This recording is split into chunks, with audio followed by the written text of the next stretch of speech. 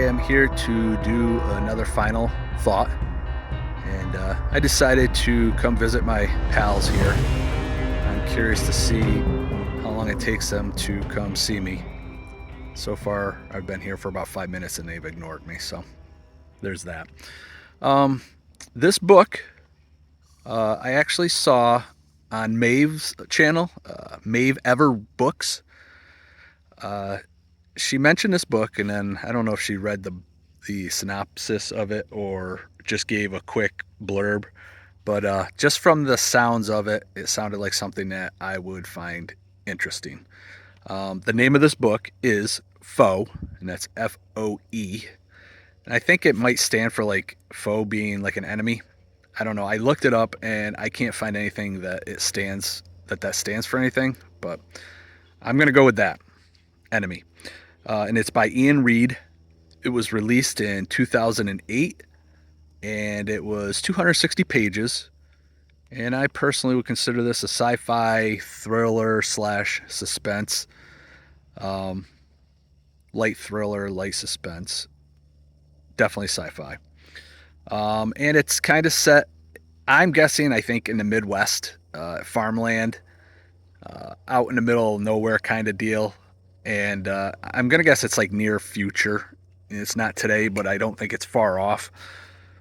Um, and we basically have three characters. Junior, who is the husband, and this book is told through his point of view. And every time I start a video, a plane goes by. We have Henrietta, that is his wife. And then Terrence is somebody who shows up who happens to work for the government. And I guess I'll just start. The beginning of the book is Junior and Henrietta together in their late at night, and they see green or yellow lights out in the driveway, and those lights come closer and end up stopping at their doorstep. Sorry, that plane is driving me nuts. um, so anyway, that is Terrence in the car, and he gets out. He knocks on the door. They answer, and he, at that point, explains to them that Junior has won the lottery, potentially anyway. That he is going to be a part of a new program that is going to take humans and put them out in space. I don't know if they say how long they're supposed to be out there, but it's kind of a trial run to learn what they can get out of this for future trips out into space, where those people that will go will not be coming back. But this trial run, these people will be coming back. And Junior has won the lottery and is basically, you want to say quote unquote won a lottery, but basically he has to do this. And Terrence lets him know he'll be back at a certain point to find out if Junior actually makes the cut. And I don't want to give a lot away on this story, but basically we come to realize that while Junior is away, Terrence and the company that it works for will be providing Henrietta with a replacement of Junior so that she isn't lonely for the time that Junior is away. So it kind of sounds like an artificial intelligence type thing. And that is the story. What I've told you isn't a spoiler. You get that from the back of the book. The rest of the story is, like I said, through Junior's point of view. It's the time from when Terrence shows up for the first time to the time where Junior is taken away, and it's everything that happens in between. And I will say the whole idea of somebody being replaced to keep somebody lonely, that is what drew me to this book to begin with. It just sounds super creepy. Sounds gross. So yeah, that was kind of the reason why I thought this book would be great. And I will say, gotta love living out in the country. While I was reading it, I would say it was kind of slow, redundant, and dry.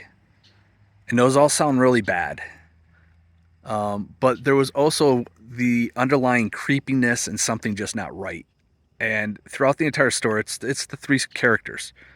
And the whole time I'm reading it, I'm just like, all right, what is wrong here? Like, who is it? Is it Junior? Is it Henrietta? Is it Terrence? Is it a mixture of the two, the three? I don't know. I like while it seems slow, redundant, and dry, it kept me reading because I'm like, I want to find out what's going on. How does this end? Um, and I kept saying to myself, if this book ends poorly, this is going to be an awful book. But um, I will say I did not figure it out, and I'm not going to give anything away. But once the reveal is done at the end, I was like, okay, awesome, cool. Um, and I started thinking, okay, like I feel like I need to reread this book now because if you've ever watched Fight Club or Pulp Fiction, it's a good movie the first time you watch it, but then there's the zinger at the end, and you're like, "Whoa, wait a minute! There's so much more to this than just what I read." Um, so I'm already thinking, "Man, I got to reread this," and I'm like, "If you know me, I'm not going to reread this," but that thought process came across my mind. But what's interesting is if you continue to read on, there's a couple more chapters, very short chapters, and there's an added layer to this that actually took this book from like, "Oh, okay, yeah, all right."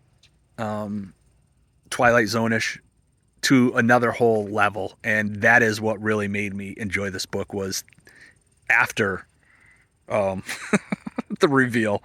There's another reveal after that, which I really liked, and I think that's what makes this book that much better.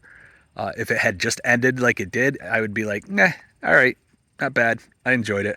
But because they added the ending on top of that, I was like, okay, I really like this book.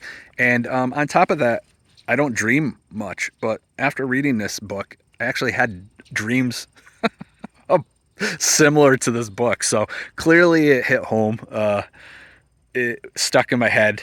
And now that I'm doing my new rating system, I'm just going to go with, I think at this point, that I recommend this book. I'm not giving numbers anymore. I'm not giving stars. I'm not doing any of that stuff. I'm basically going to tell you whether I recommend this book or not. And this is a recommended read. I have a feeling some people have heard it, seen it, read it, because I believe it's a show or a movie or something as well. Um, so I'm probably late to the party, which is fine. I've never even heard of this book until I watched Maeve's video. And I'm glad I picked this up. This was not part of my TBR, which again, I'm not doing TBRs anymore, but I blew through my TBR for the month of August and I am now just reading books that I feel like reading, and this just happened to be there. So let me see. 8 minutes and 10 seconds, and I cannot believe these two clowns did not come and see me. So yeah, it's a little disappointing. I was hoping they'd come up and say hi, but all right.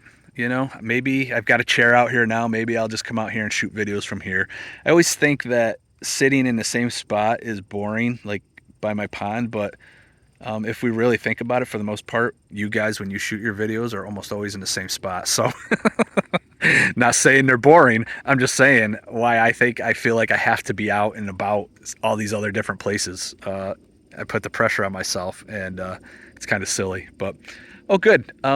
We started with a plane, a propelled plane, and now we have a jet plane going over. I will say one last thing. It has nothing to do with any of this, but I found a setting that actually on here that eliminates that stuff. So you actually might not even hear that stuff anymore. I don't know. We'll find out. Anyway, Foe, Iain Reid. Check out Maeve's channel. I'm saying yes to all of it. I recommend her channel. I recommend the book. And yeah, just managed to stretch this to 9 minutes and 30 seconds. Thanks for watching. Talk to you later. Bye.